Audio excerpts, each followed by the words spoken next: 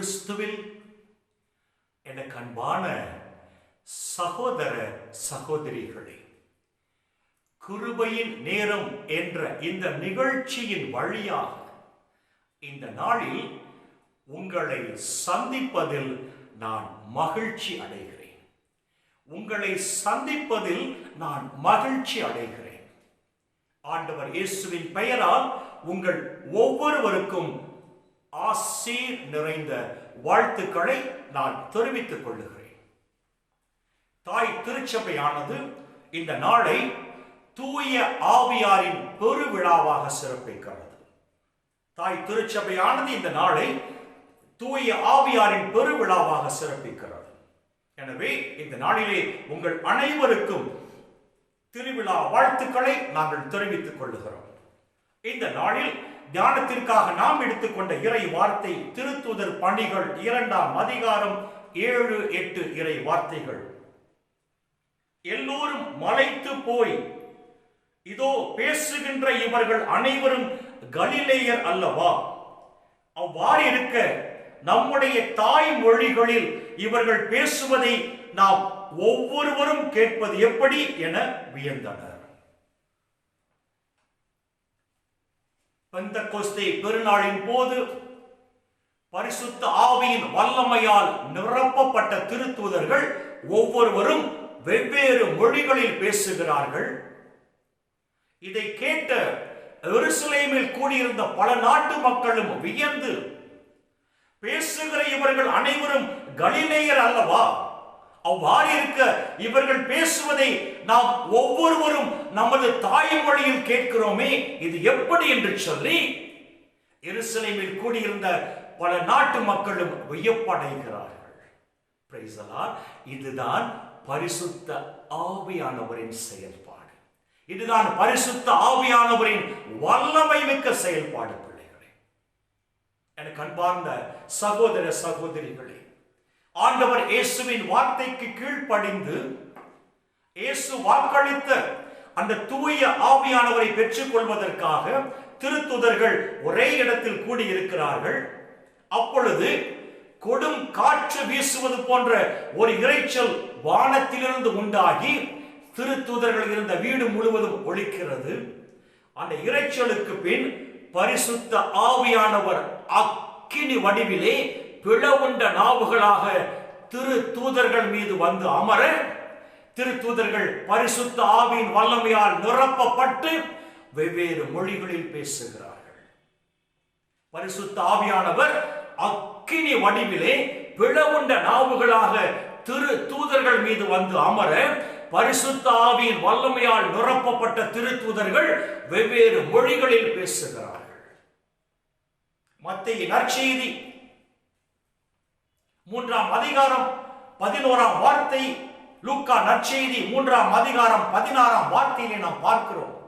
திருமுழுக்கு யோவான் மக்களை பார்த்து சொல்லுகிறார், இதோ நான் உங்களுக்கு தண்ணீரால் திருமுழுக்கு கொடுக்கிறேன், எனக்கு பின் ஒருவர் வருகிறார், அவர் தூய ஆவி என்னும் நெருப்பால் உங்களுக்கு திருமுழுக்கு கொடுப்பார் என்று திருமுழுக்கு யோவான் மக்களுக்கு சொன்னாரே, அந்த வார்த்தை பெந்தெகோஸ்தே நாளின் போது இங்கு நிறைவேறுகிறது.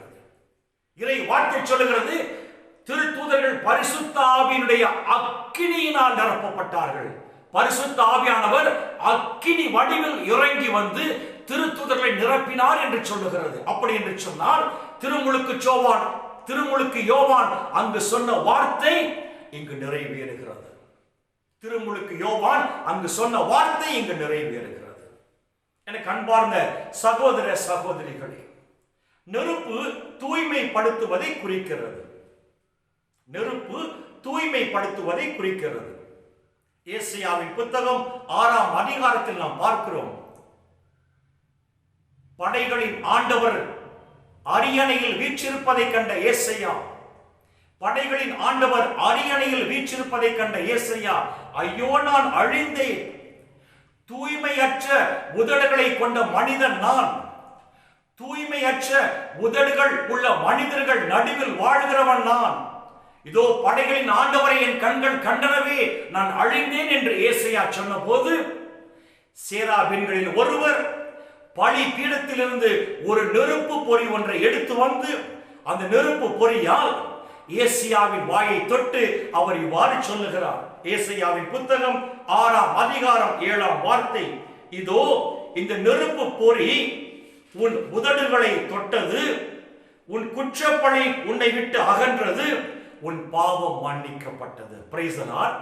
சேராபீன்களில் ஒருவர் சொல்லுகிறார், இந்த நெருப்பு பொறி உன் உதடுகளை தொட்டது, உன் பாவம் மன்னிக்கப்பட்டது, உன் குற்றம் உன்னை விட்டு அகன்றது, நீ தூய்மையானாய் என்று சொல்லி அங்கு சொல்லப்படுகிறது. ஆம் அருமையானவர்களே, இந்த நெருப்பு பொறி தூய்மைப்படுத்துவதை குறிக்கிறது. இங்கு பரிசுத்த ஆவியானவர் அக்கினி வடிவில், நெருப்பு வடிவில் திருத்தூதர்கள் மீது இறங்கி வந்தார் என்று சொன்னால், பரிசுத்த ஆவியானவர் திருத்தூதர்கள் அவர்களுடைய ஊனியல்பின் தன்மையை அழித்து, திருத்தூதர்களின் ஊனியல்பின் தன்மையை அழித்து அவர்களை தூய்மைப்படுத்தி, ஊனியல்பின் தன்மையிலிருந்து தூய ஆவியானவர் அவர்களை விடுவிக்கிறார். அக்கினி வடிவில் இறங்கி வந்த பரிசுத்த ஆவியானவர் திருத்தூதர்களின் ஊனியல்பின் தன்மையை அழித்து அவர்களை தூய்மைப்படுத்தி, ஊனியல்பின் தன்மையிலிருந்து அவர்களை விடுவித்து அங்கு அவர்கள் புது வாழ்வு பெறும்படி செய்கிறார். வாழ்வு பெறும்படி செய்கிறார். ஆம் அருமையானவர்களே, பரிசுத்த ஆவியானவரின் அந்த நெருப்பு தூய்மைப்படுத்துவதை குறிக்கிறது. இரண்டாவதாக, திருத்தூதர்கள் வெவ்வேறு மொழியில் பேசினார்கள் என்று சொல்லப்படுகிறது. திருத்தூதர்கள் ஒரே மொழியில் பேசவில்லை, மாறாக அவர்கள் வெவ்வேறு மொழியில் பேசினார்கள் என்று சொல்லப்படுகிறது. இதுதான் பரிசுத்த ஆவியானவர் செயல்பாடு. அந்த நாட்களில் எருசலேமில் பல நாட்டைச் சேர்ந்த மக்கள் கூடியிருக்கிறார்கள். அந்த பல நாட்டைச் சேர்ந்த மக்களும் கடவுளின் மாபெரும் செயலை கேட்க வேண்டும் என்று சொல்லி பரிசுத்த ஆவியானவர் திருத்தூதர்களை வெவ்வேறு நாட்டு மொழியில் பேசும்படி செய்து, அந்த வெவ்வேறு நாட்டு மக்களும் தங்கள் மொழியிலே, தங்களுடைய மொழியிலே கடவுளின் மாபெரும் செயலை கேட்கும்படியாக செய்கிறார். இதுதான் பரிசுத்த ஆவியின் செயல்பாடு. பல நாட்டைச் சேர்ந்த மக்களும் கடவுளின் மாபெரும் செயலை அறிந்து கொள்ளும்படியாக திருத்தூதர்களை பல நாட்டு மொழிகளில் பேசும்படியாக செய்து, அந்த பல நாட்டு மக்களும் தங்கள் மொழிகளில் கடவுளின் மாபெரும் செயலை கேட்கும்படியாக ஆவியானவர் இங்கு செயல்படுகிறார். அது மட்டுமல்ல பிள்ளைகளே, திருத்தூதர்கள் பல நாட்டு மொழிகளில் பேசினார்கள் என்று சொன்னார், பல நாட்டு மக்களையும், ஆமென், பல நாட்டு மக்களையும் மீட்புக்கு உள்ளாக்க வேண்டும் என்பது கடவுள் திட்டம். கடவுள் வார்த்தையை பல நாட்டு மக்களுக்கும் அறிவித்து, கடவுள் வார்த்தையை பல நாட்டு மக்களுக்கும் அறிவித்து பல நாட்டு மக்களையும் மீட்புக்குள் கொண்டு வர வேண்டும் என்பது கடவுளின் திட்டம். எனவேதான் திருத்தூதர்கள் பல நாட்டு மொழிகளில் இங்கு பேசுகிறார்கள் என்று சொன்னால், பல நாட்டு மக்களும் மீட்படைய வேண்டும், இந்த உலகம் முழுவதும் உள்ள மக்கள் மீட்படைய வேண்டும் என்பது கடவுள் திட்டம். எனவேதான் பரிசுத்த ஆவியானவர் திருத்தூதர்கள் வெவ்வேறு மொழிகளில் பேசும்படியாக செய்கிறார். எனக்கு அன்பார்ந்த சகோதர சகோதரிகளே, இந்த நாள் செய்தி நமக்கு கொடுக்கிற சிந்தனை, தூய ஆவி என்னும் நெருப்பால் திருமுழுக்கு கொடுக்கிறவர் இயேசு. Praise the Lord. தூய ஆவி என்னும் நெருப்பால் திருமுழுக்கு கொடுக்கிறவர் ஆண்டவர் இயேசு. தூய ஆவி என்னும் நெருப்பால் நான் திருமுழுக்கு பெற வேண்டும் என்று சொன்னால், என் இதயத்தில் அந்த இயேசுவுக்கு நான் இடம் தர வேண்டும். Praise the Lord. தூய ஆவி என்னும் நெருப்பால் நானும் திருமுழுக்கு பெற வேண்டும் என்று சொன்னால், அந்த இயேசு என் இதயத்தில் குடிகொள்ள வேண்டும்.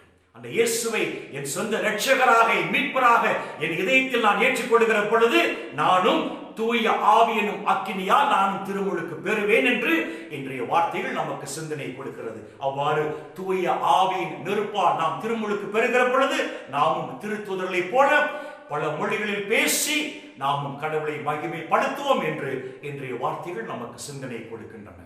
இந்த இறை சிந்தனைகளோடு நாம் ஜெபத்திற்குள் கடந்து செல்வோம். மக்களே, எங்களை நேசிக்கிற நல்ல ஆண்டவரே, அப்பா, இந்த நாளிலும் உம்முடைய உயிருள்ள வார்த்தையை எங்களுக்கு உணவாக கொடுத்தீரே, உமக்கு கொடான கோடி நன்றி சொல்லுகிறோம். ஆண்டவரே, இந்த உலகில் இன்னும் ஒரு நாளை காண செய்தீரே, உமக்கு நன்றி சொல்லுகிறோம். அப்பா, இந்த இறை வார்த்தையை கேட்கிற ஒவ்வொரு பிள்ளைகளையும், அவர்கள் குடும்பங்களையும் விண்ணக ஒளி பீடத்தில் இருந்த தேவரே ஆசீர்வதித்து, அவர்களை ஆசீர்வதித்து அவர்கள் மனம் மகிழ்ந்திருக்க செய்வீராக. இந்த நாளில் திருமண நாளை, பிறந்த நாளை கொண்டாடுகிற உம்முடைய பிள்ளைகளையும் விண்ணக ஒளி பீடத்திலிருந்து நீர் ஆசீர்வதித்து அவர்கள் நிறைவை காண செய்வீராக. அப்பா, இந்த நாளில் உணவின்றி பசியால் வாடுகிற அனைத்து குடும்பங்களையும், அனைத்து மக்களையும் அப்பா உங்க இரக்கம் மிகுந்த இதயத்திற்குள் வைக்கிறேன். ஒருவேளை உணவின்றி பசியால் வாடுகிற எத்தனையோ குழந்தைகள், ஒருவேளை உணவின்றி பசியால் வாடுகிற எத்தனையோ மக்கள், அப்பா இரக்கம் நிறைந்த தேவனே, 2000 ஆண்டுகளுக்கு முன்பாக மக்களை பார்த்து மனது உருகினீரே அப்பா, இந்த நாளிலும் பசியாலும் பட்டினியாலும் வாடுகிற இந்த மக்களை பார்த்து தேவரீர் மனம் இறங்குவீராக, மனம் இறங்குவீராக, மனம் இறங்குவீராக அப்பா. இந்த நாளில் இந்த மக்களின் தேவைகளை நீர் நிறைவாக சந்திப்பீராக அப்பா. ஒரு மனிதர் கூட பசியால் வாடாதபடி அப்பா, இந்த உலகில் உள்ள அத்தனை மக்களின் தேவைகளை நீர் நிறைவாக சந்தித்து இந்த மக்கள் வயிறார போஷிக்கப்பட்டு இவர்கள் நிறைவை காண செய்வீராக. இயேசுவின் நாமத்தில் ஜெபிக்கிறேன் நல்ல ஆண்டவர்.